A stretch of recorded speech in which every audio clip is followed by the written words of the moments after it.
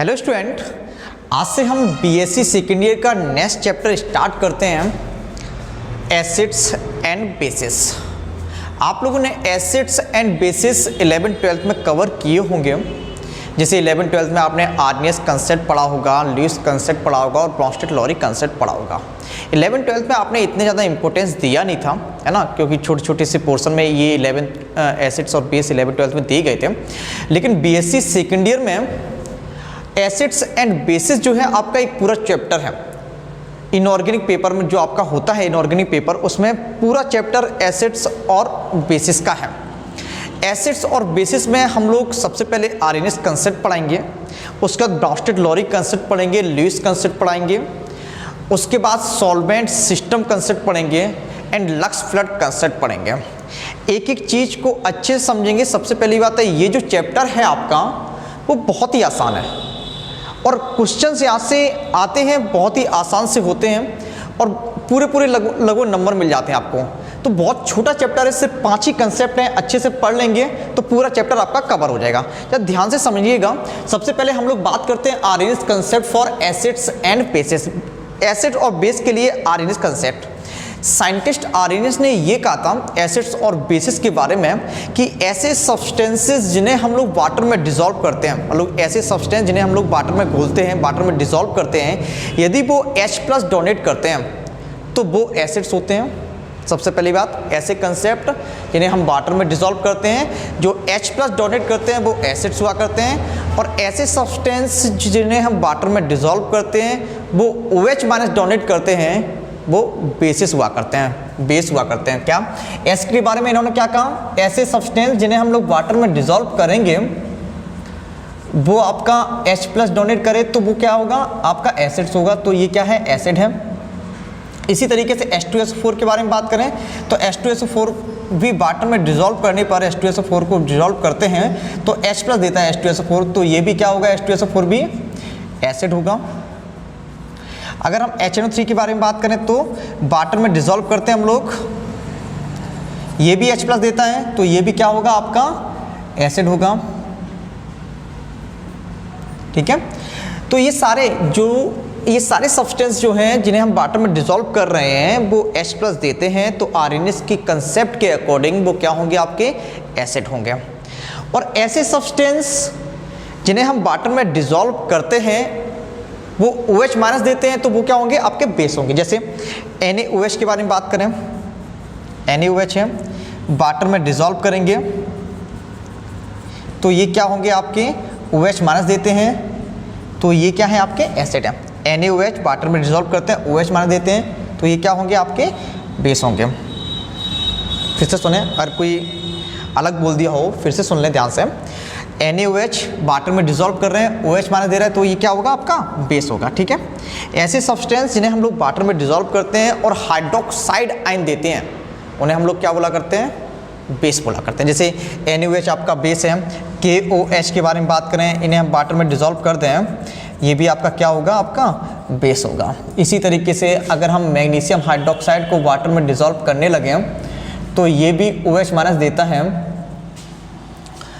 क्या बन जाएगा? यहाँ से Mg+2 और 2OH-, तो ये भी क्या होगा? आपका बेस होगा। ठीक है, आपको दिख रहा होगा? ठीक है, आपको दिख रहा है तो एक बार फिर से रिपीट कर लें डेफिनेशन को। ऐसे सब्सटेंस जिन्हें वाटर में डिसॉल्व करने पर H+ देते हैं वो आपके एसिड हुआ करते हैं, और ऐसे सब्सटेंस जिन्हें वाटर में डिसॉल्व करने पर OH- देते हैं उन्हें हम लोग बेस बोला करते हैं। ये आर्नियस एसिड बेस कंसेप्ट है। ठीक, आर्नियस के बारे में ये कहा गया कि HCl यदि सॉलिड होता है, सॉलिड है तो ये HCl एसिड नहीं है। आर्नियस ने ये बताया HCl यदि सॉलिड है तो वो एसिड नहीं है। जब इन्हें वाटर में डिसॉल्व करेंगे तब अगर H+ देगा ये तो ही ये एसिड है। कहने का मतलब ये है आर्नियस कंसेप्ट जो है किसी भी सब्सटेंस के एसिडिक और बेसिक प्रॉपर्टीज उसकी सॉलिड स्टेट में एक्सप्लेन नहीं करता, एक बार फिर से समझिए, क्वेश्चन आता है आपके एग्जाम में कि आर्नियस कंसेप्ट की लिमिटेशंस लिखिए, है ना। पहले तो कंसेप्ट आपको बताना होता है, उसके बाद लिमिटेशंस बतानी होती है।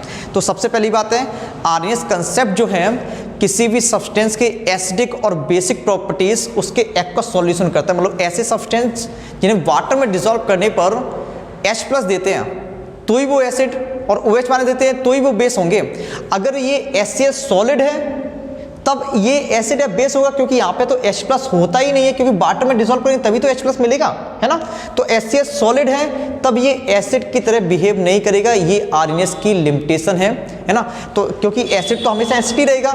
जब आर्नियस ने ये पूछा गया कि बताओ जरा ये जब सॉलिड है तो क्या ये एसिडिक होगा, आपने तो डेफिनेशन दी है कि ऐसे सब्सटेंस जिन्हें वाटर में डिसॉल्व करते H+ देगा तो एसिड होगा, लेकिन ये तो सॉलिड स्टेट में भी एसिड की तरह वर्क करता है। तो ये इसकी लिमिटेशन होती है कि जो आर्नियस कंसेप्ट है वो सब्सटेंसेस के एसिडिक एवं बेसिक प्रॉपर्टीज को उसकी सॉलिड स्टेट में एक्सप्लेन नहीं करते हैं। आर्नियस कंसेप्ट किसी भी सब्सटेंस की एसिडिक और बेसिक प्रॉपर्टीज को उसकी सॉलिड स्टेट में एक्सप्लेन नहीं करता है। नंबर फर्स्ट इसकी आपकी लिमिटेशंस हुई। नंबर सेकंड लिमिटेशन ये है कि यहाँ पर जो भी सॉल्वेंट है, ये जो सॉल्वेंट है वाटर में डिसॉल्व कर रहे हैं, वाटर सॉल्वेंट है यहाँ पर, है ना।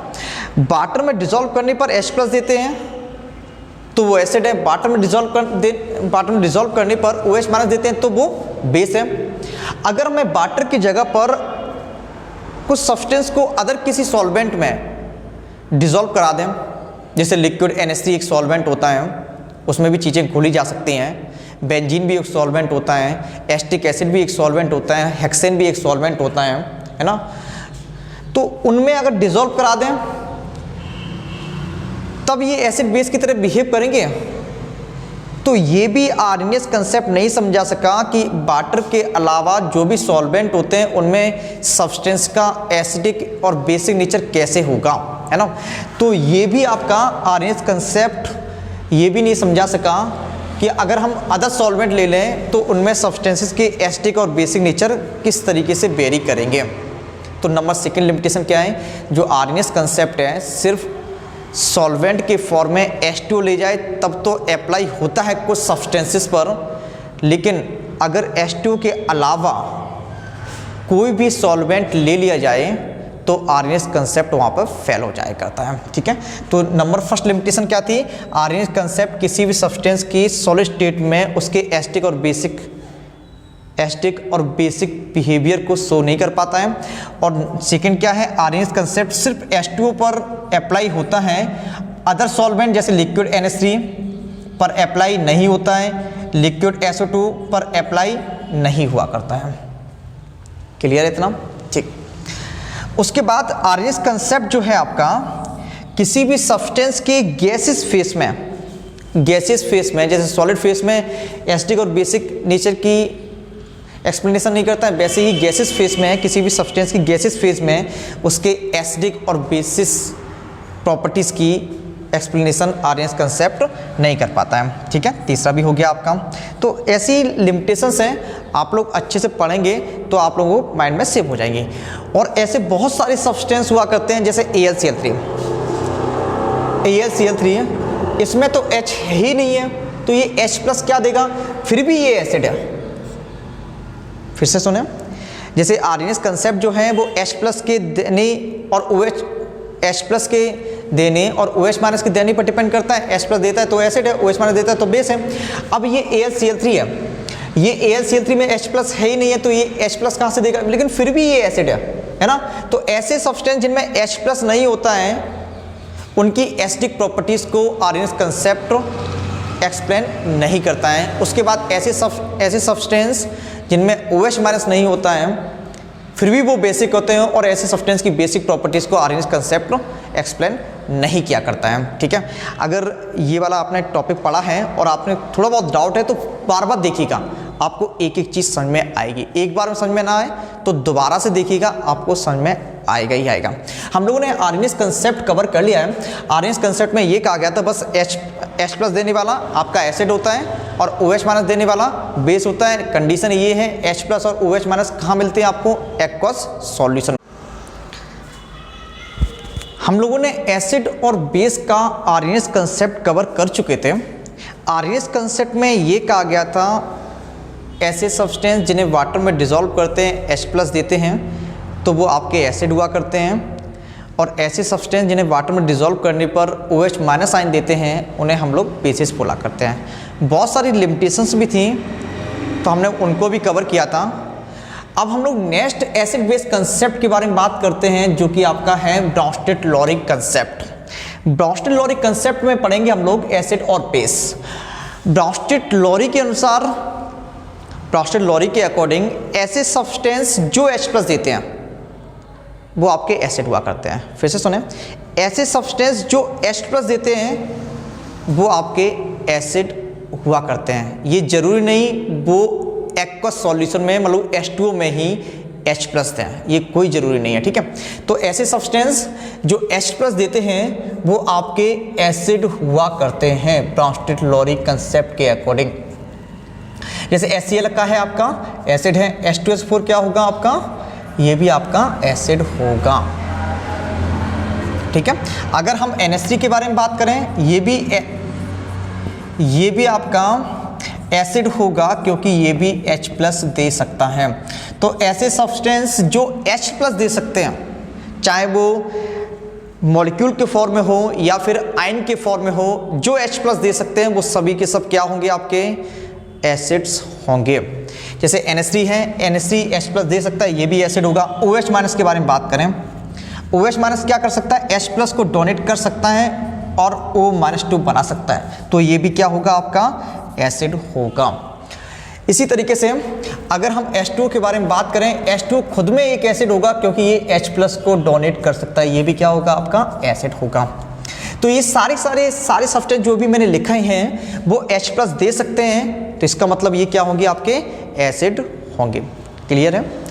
उसके बाद बेस के बारे में इन्होंने बताया कि ऐसे सब्सटेंस जो H प्लस को एक्सेप्ट कर सकते हो, H प्लस को एक्सेप्ट करने की टेंडेंसी रखते हो, उन्हें हम लोग बेस बोला करते हैं, ब्राउनस्टेड बेस बोला करते हैं। ऐसे सब्सटेंस ब्राउनस्टेड-लॉरी के अनुसार ऐसे सब्सटेंस, ब्राउनस्टेड-लॉरी के अकॉर्डिंग ऐसे सब्सटेंस जो H प्लस एक्सेप्ट करते हों वो आपके क्या होते हैं?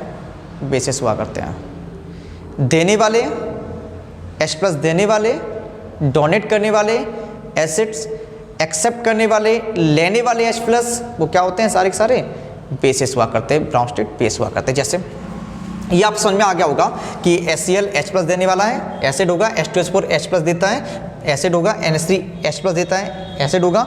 इसी तरीके से OH माइनस भी H प्लस अगर दे सकता है तो एसिड की तरह बिहेव करेगा। H2 यदि किसी रिएक्शन में H प्लस दे सकता है तो भी क्या होगा? ये एसिड की तरह बिहेव करेगा, ठीक है।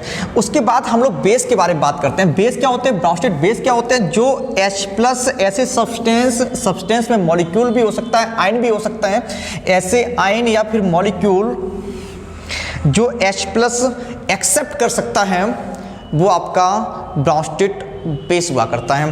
जैसे देखें आप, जैसे NH3 है, NH3 कुछ रिएक्शंस में H प्लस एक्सेप्ट कर लेता है, तो उन रिएक्शन में NH3 जो होता है वो आपका बेस की तरह बिहेव करता है। तो NH3 एसिड, अभी मैंने एग्जांपल NH3 का लिया था जो एसिड की तरह बिहेव कर रहा था। यदि किसी रिएक्शन में NH3 H प्लस एक्सेप्ट करता है तो वो आपका बेस की तरह बिहेव करता है।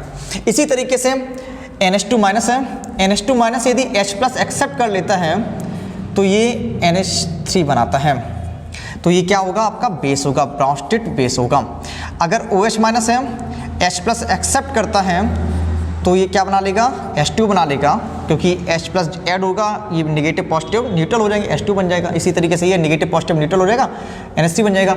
अगर यहाँ पे H प्लस जुड़ता है तो क्या बन जाएगा? आपका NH4 प्लस बन जाएगा, ठीक है। तो ये क्या होगा? आपका बेस हो जाएगा, ठीक है। अगर कोई ऐसी रिएक्शन है H2SO4 ऐसा है कुछ H प्लस एक्सेप्ट करे H2SO4 तो समझना ध्यान से, H2SO4 H प्लस एक्सेप्ट करे तो क्या बन जाएगा, H3SO4 प्लस बन जाएगा, H3SO4 प्लस बन जाएगा। तो इस रिएक्शंस में H2SO4 भी किसकी तरह बिहेव करेगा, बेस की तरह बिहेव करेगा ही करेगा। क्लियर है इतना, ठीक। अगर हम ऐसा कुछ कहें, ये आपका एस्टिक एसिड है, एस्टिक एसिड भी अगर H प्लस एक्सेप्ट कर ले तो क्या बन जाएगा, CH3COOH2 प्लस बन जाएगा। तो भी आपका ये किसकी तरह बिहेव करेगा, बेस की तरह बिहेव करेगा ही करेगा। क्लियर होगा। तो ब्राउनस्टेड-लॉरी कंसेप्ट जो होते हैं H प्लस के ट्रांसफर पर डिपेंड करते हैं, H प्लस के लेने और देने पर डिपेंड करता है।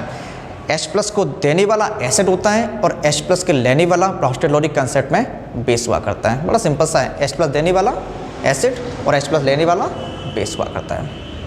क्लियर है इतना, चलो।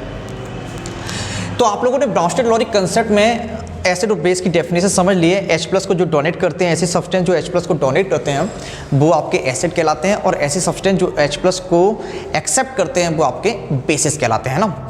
अब हम लोग ब्राउनस्टेड-लॉरी कंसेप्ट में एक कंसेप्ट आता है कंजुगेट एसिड एंड बेस का। आप लोग इतना कवर कीजिएगा, उसके बाद हम कंजुगेट एसिड और बेस के बारे में बात करते हैं।